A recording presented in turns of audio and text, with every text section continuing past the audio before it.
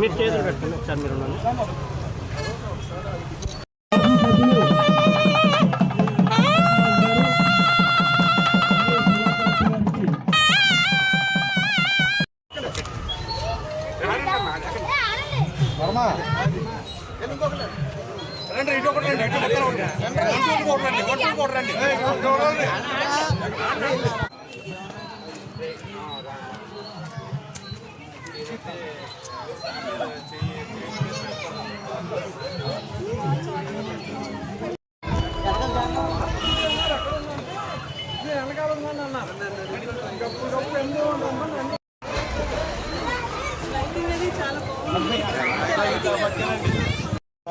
ఆ పుట్టినరోజు కార్యక్రమం కూడా పెద్దల చేతుల మీదుగా కేక్ కటింగ్ చేసి వారి ఆశీస్సులు అందుకేవలసిందే కోరుతున్నాను.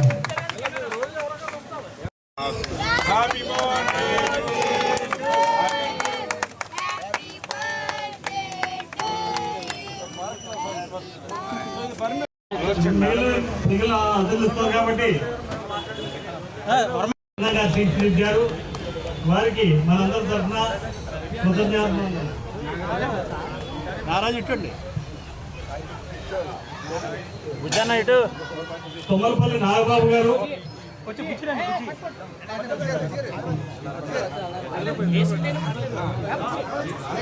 దయచేసి దాతలు అందుబాటులో ఉన్న గారు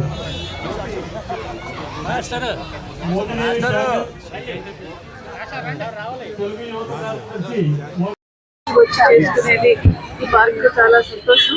2000 సంవత్సరంలో మన ప్రియతమ నాయకులు చంద్రబాబు నాయుడు గారు ఓపెన్ చేసిన పార్క్ చాలా కాలం మధ్యలో పనిచేయకపోవడం మనందరికీ తెలిసిందే. ఇప్పుడు మళ్ళీ ఉండి ఎమ్మెల్యే రఘురాజకృష్ణరాజు గారు స్ఫూర్తితోటి ఇక్కడ ఉన్న ప్రజలందరూ ముందుకు వచ్చి ఈ పార్క్ డెవలప్ చేసుకోవడం పిల్లలకి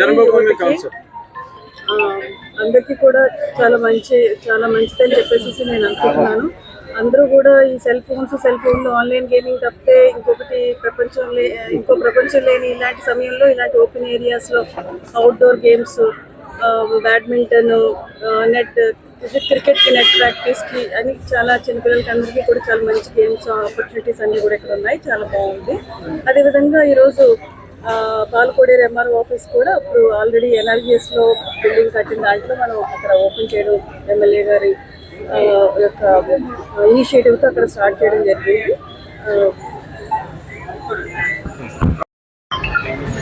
చాలా సంవత్సరాలు మూతపడిపోయిన తర్వాత మరి ఆగస్టు 15వ తారీఖు పునఃప్రారంభించుకోవటం కలెక్టర్ గారి చేతుల మీదుగా ఎంతో సంతోషంగా ఉంది. సుమారు ఒక 35 రోజులు అవుతుందా నాగరాజు?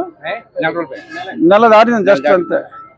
సుమారు ఒక 35 రోజుల క్రితం నేను ఈ రోడ్డు మీద వెళ్తూ అప్పట్లో పార్క్ ఉన్నట్టు గుర్తు. ఏమైపోయింది ఆ పార్క్ అంటే పక్కనే ఉందన్నారు. పక్కనే ఉందరా మటన్ కొట్టు చికెన్ కొట్టు అంటే వెనకాల ఉందండి అదే పార్క్ అంటే అప్పటికప్పుడు ఆగి ఆ ఎండి గారిని పిలిచి ఇమ్మీడియట్గా రేపు పొద్దుటికల్లా మనం ఈ ఆక్రమణలన్నీ తీసి ఈ పార్కును మనం బాగు చేస్తున్నాం అని చెప్పి ఆక్రమణలు తొలగించమన్న తర్వాత 2 రోజుల తర్వాత మా కరిమరక నాగరాజు మొత్తం అందరూ ఇక్కడ అసెంబ్లీ అయ్యి మనం ఏమేం చేయాలి ఎలా చేయాలి అని అనుకున్నప్పుడు ఆ ద్వారంపూడి రెడ్డి గారు ఇంకా చాలామంది ఇక్కడ పెద్దలందరూ ఈ పర్టికులర్ యాక్టివిటీ నేనైతే యాక్చువల్గా మా ఉండి ఇన్ఫ్రాస్ట్రక్చర్ ఫండ్ నుంచి ఖర్చు పెట్టాల్సి వస్తుందని అనుకున్నా. దానికి రెడీ అయ్యాం. కానీ ఎవరికి వాళ్ళు ముందుకొచ్చి ఒక స్ఫూర్తితో మరి ఇంత అద్భుతంగా నేను ఊహించిన దానికన్నా కూడా ఇంకా బాగా రకరకాల స్పోర్ట్స్ ఫెసిలిటీసు, ఇప్పుడు మరి సెమీ ఇండోర్ షటిల్ కోర్ట్ ఫెసిలిటీతో సహా పిల్లలు ఆడుకోవడానికి ఇప్పుడు వచ్చినప్పుడు చూసాం. ఎంతోమంది పిల్లలు ఎంతో సరదాగా ఆడుకుంటా ఉంటే చాలా సంతోషం అనిపించింది.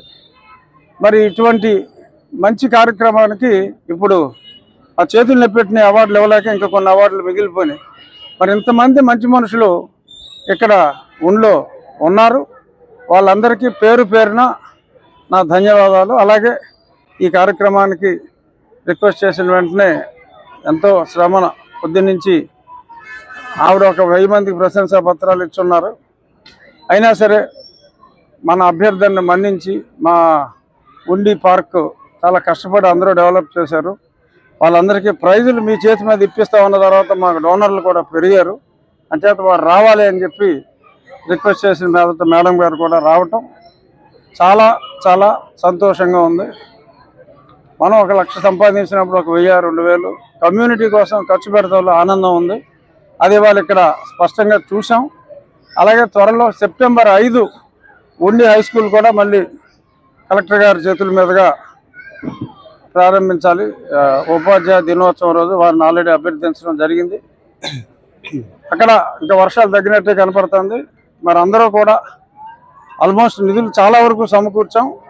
ఇంకా ఏదన్నా, ఎందుకంటే ఒక డెవలప్మెంట్ వచ్చిన తర్వాత ఇంకా చేయాలి అన్న తపన మరి ఎక్కువ అవుతుంది. చేయగలిగినన్ని మేము చేసాం. ఇంకేమన్నా ఉంటే మరి మీ ఉండి ప్రజలు మీరందరూ కూడా మరింత స్ఫూర్తితో చాలా గొప్పగా అభివృద్ధి చేస్తే రాబోయే రోజుల్లో రాష్ట్ర ప్రభుత్వ ఆర్థిక పరిస్థితి కూడా మరింత ఇంప్రూవ్ అవుతుంది. కానీ ప్రజలు ముందుకు రావాలి.